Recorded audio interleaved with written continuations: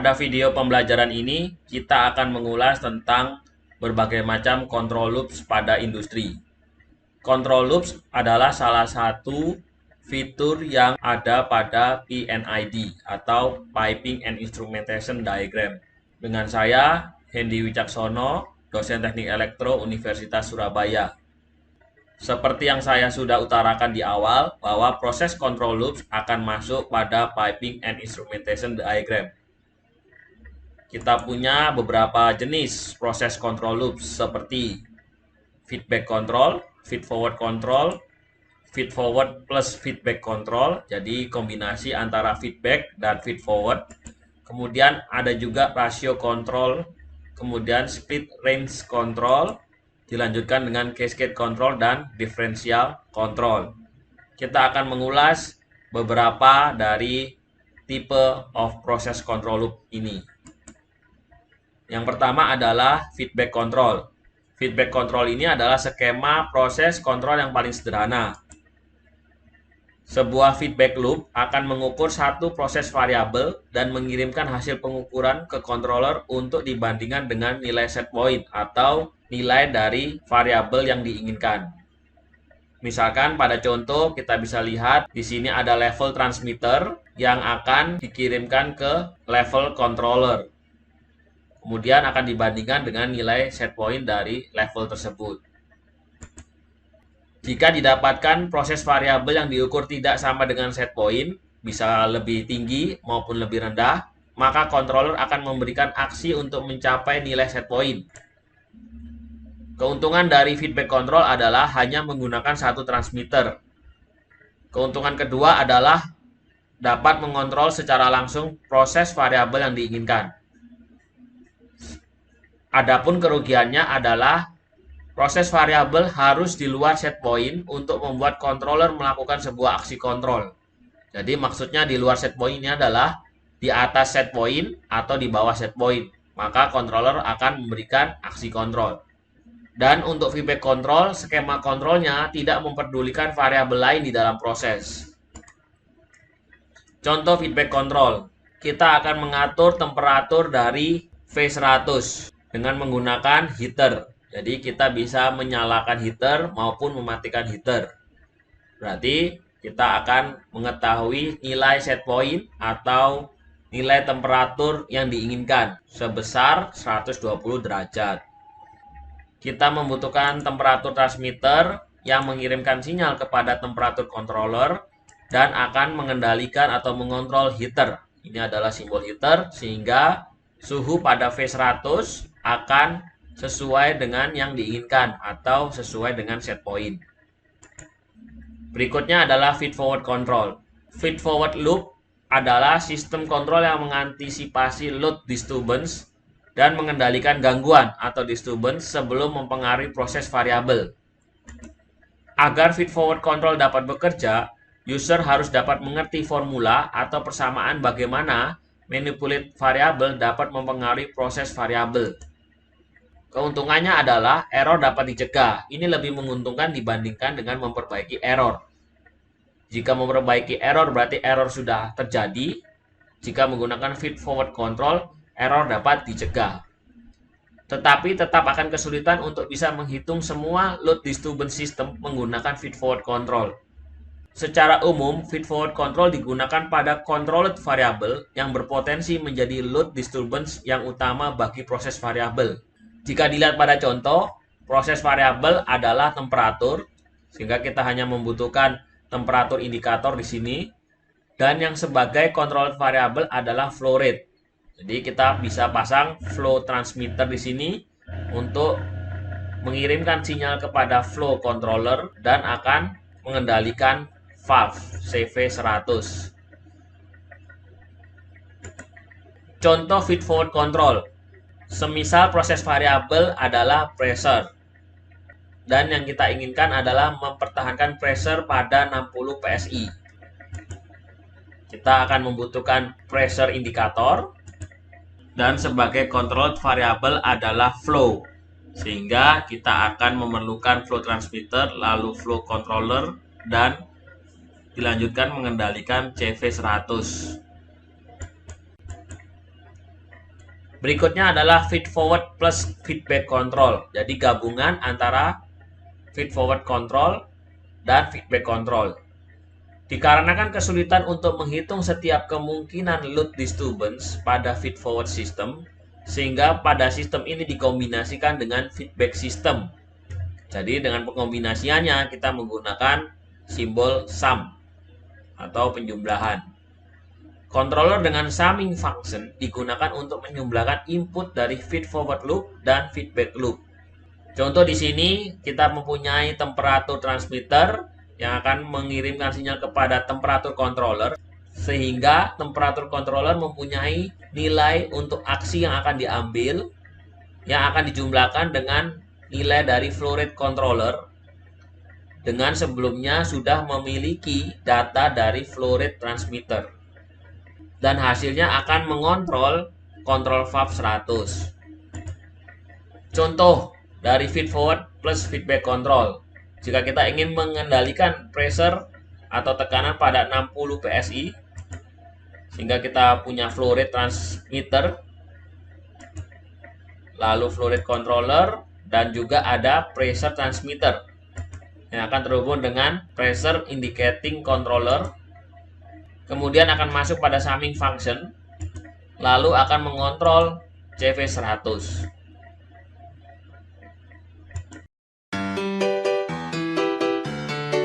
Selanjutnya soal latihan. Pada gambar menunjukkan sistem boiler yang digunakan untuk menyuplai hot steam menuju turbin.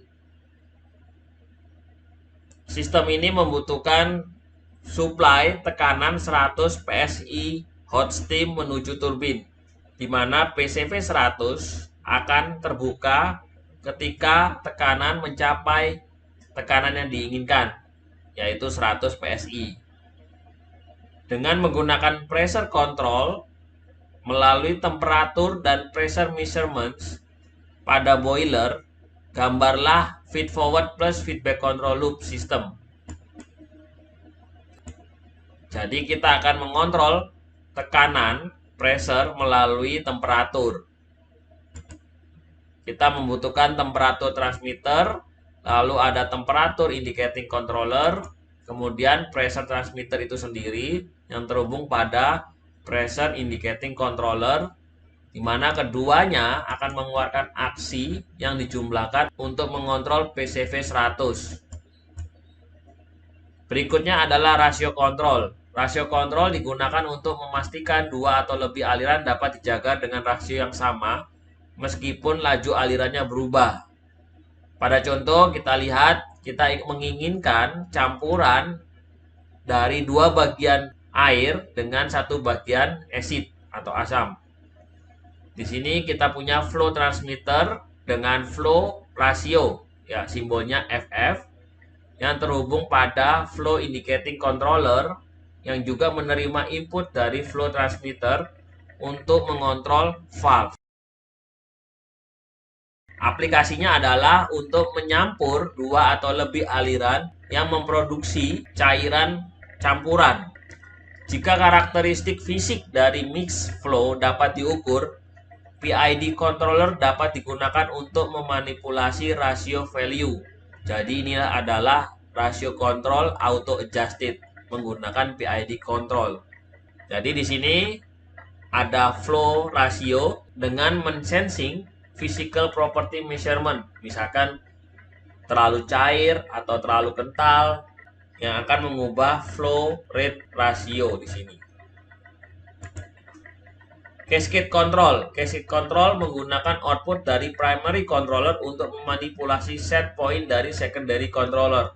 Seolah-olah itu adalah signal control element. Jadi kita punya primary dan secondary, di mana primary akan memanipulasi set point dari secondary controller. Contohnya seperti ini. Bisa dilihat pada gambar, ini adalah valve yang akan dikontrol oleh flow indicating controller yang mendapat input dari flow transmitter. Dan yang kita tahu bahwa flow indicating controller atau controller selalu mempunyai set point. Nah, pada cascade control, set point dari FIC ini atau secondary controller ini itu tidak konstan, alias bisa berubah-berubah bergantung dari output primary controller. Di sini primary controllernya adalah temperatur controller yang mendapat input dari temperatur measurement TT. Alasan menggunakan cascade controller agar secondary controller dapat mengatasi disturbance pada secondary loop. Kemudian agar secondary controller dapat mengontrol nonlinear valve dan masalah final control element lainnya. Agar operator dapat langsung mengontrol secondary loop selama mode operasi tertentu, seperti saat start awal. Misal pada saat start awal, kondisi masih dingin, diperlukan laju aliran yang cepat. Maka pada saat start awal, nilai set point akan berbeda dengan kondisi normal. Kebutuhan untuk cascade control adalah secondary loop proses harus lebih cepat, setidaknya 4 kali lebih cepat dari primary loop. Secondary loop memiliki pengaruh terhadap primary loop. Secondary loop harus dapat diukur dan dapat dikontrol. Berikutnya adalah latihan. Pada gambar menunjukkan proses pengaturan pH, di mana pH yang ingin dipertahankan adalah 6,5. pH di dalam tank dikontrol dengan menambahkan NaOH menuju tank. Tetapi kita juga terkadang harus memperhatikan laju aliran atau flow of waste, di mana flow of waste ini mempunyai pH 4,5. Jika terdapat waste flow, maka pH pada tank akan mengalami penurunan. Berikut jawabannya. Jadi kita memiliki secondary loop berupa pH, sedangkan sebagai primary loop adalah flow. Kita membutuhkan flow transmitter yang akan terhubung pada flow controller yang menghasilkan nilai output untuk mengubah set point dari pH controller. Yang pH controller ini juga menerima data dari pH transmitter. Kemudian akan mengontrol control valve. Berikutnya adalah split range control. Jadi pada split range control ini terdapat beberapa range control. Jadi dia punya valve A dan valve B yang bekerja bersama-sama, namun proporsi dari valve A dan valve B berbeda. Contoh ketika kita punya flow transmitter yang akan terhubung pada flow controller, kemudian ketika 0-50% output akan mengalir melalui valve A. Sedangkan jika outputnya adalah 50-100%, maka output akan mengalir melalui valve B. Ini juga contoh dari split range control. Jadi dia punya tank, 2 tank, TK101 dan TK102 yang akan mengaliri atau mengisi TK100. Jadi pH transmitter akan mengirim data kepada pH controller, lalu pH controller akan mengontrol 2 valve sekaligus. Ya, dengan ketentuan pembagian range control. Split range control mengakhiri video pembelajaran ini. Sudah tuntas pembelajaran desain PNID dari awal hingga akhir. Terima kasih.